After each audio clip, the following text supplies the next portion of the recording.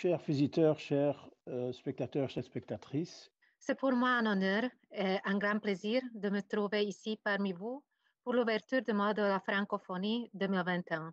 C'est malheureusement dans un contexte qui est toujours difficile.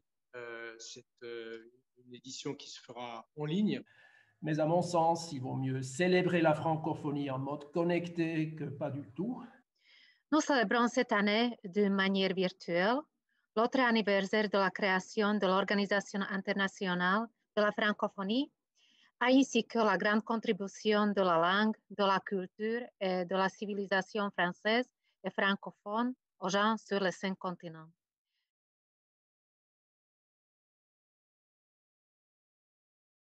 Parce que c'est un thème de partage, parce que c'est un thème de diversité et parce qu'il est aussi un message d'une globalisation positive. Parmi les nombreux événements culturels que nous organisons en Slovaquie avec l'aide de l'Institut français, eh bien, je dirais que c'est le mois de la francophonie qui est pour moi celui qui est le plus enthousiasmant.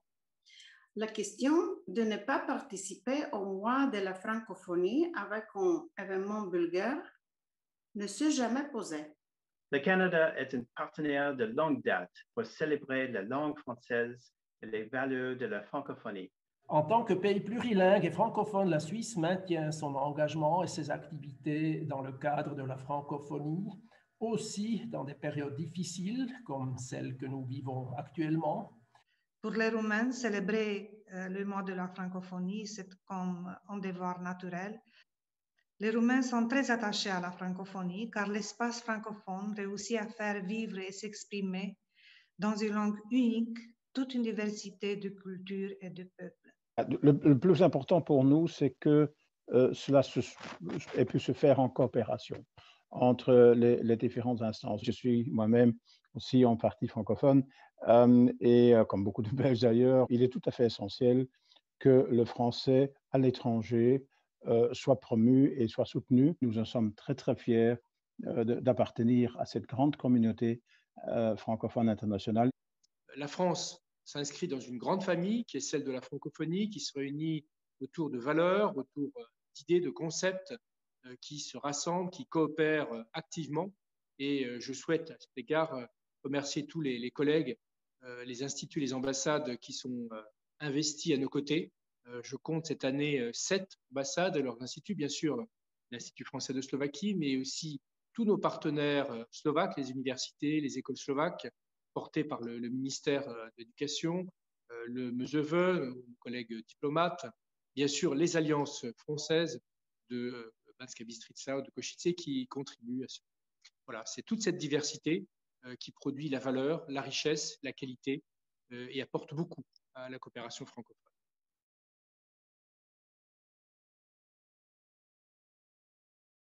Le thème de cette édition, Portrait de femme, est une excellente idée. Je pense que c'est une approche extrêmement fructueuse qui d'ailleurs a suscité beaucoup d'initiatives, beaucoup de projets, beaucoup de concepts extrêmement intéressants. Pourquoi? Parce que bien sûr la question de la femme, la question féminine, la question de l'égalité homme-femme est un sujet essentiel de ce XXIe siècle. Il doit être consolidé là où il y a encore des manquements et Dieu sait qu'il y en a beaucoup. Je veux dire aussi que l'année 2021, c'est l'année du Forum Génération Égalité, qui est un rassemblement mondial pour l'égalité entre les femmes et les hommes, organisé par les Nations Unies, qui sera co-présidé cette année par la France et par le Mexique. C'est une superbe occasion pour nous de promouvoir notre politique étrangère féministe. Le Canada appuie fermement l'idée que l'égalité des sexes est une question de droits de la personne. C'est une de nos valeurs très importantes et un des objectifs de notre politique étrangère. Nous avons aimé aussi le thème de l'édition actuelle, Portrait des femmes, car les femmes bulgares sont très actives dans tous les domaines de la vie, même dans les territoires traditionnellement masculins.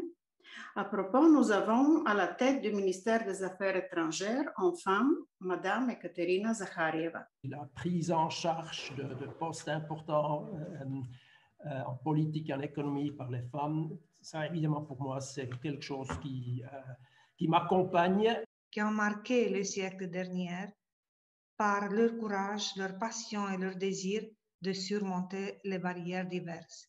Les talents des femmes et l'activité, notamment des femmes, est excessivement importante. Et n'oublions pas aussi que parmi toutes les figures emblématiques de la France, de la République, eh bien, c'est une femme qui toujours représente la France, c'est Marianne, une figure féminine, parfois pacifique, mais aussi parfois révolutionnaire, mais toujours une femme.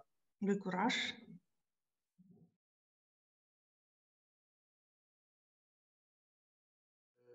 Je souhaite que cette édition 2021, qui se fait sous forme numérique, ne soit pas perçue comme une version qui se tiendrait à distance, mais au contraire à proximité.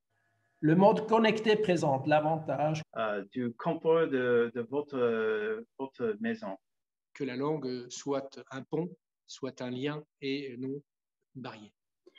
J'espère que les spectateurs trouveront la richesse de la langue française, la charme des cultures des pays participants et la diversité de notre famille francophone. Nous vous souhaitons une excellente visite et nous vous remercions pour votre intérêt et pour votre soutien. Je vous remercie pour votre attention et vous invite à les suivre. Merci. Et surtout, bon courage et bonne santé.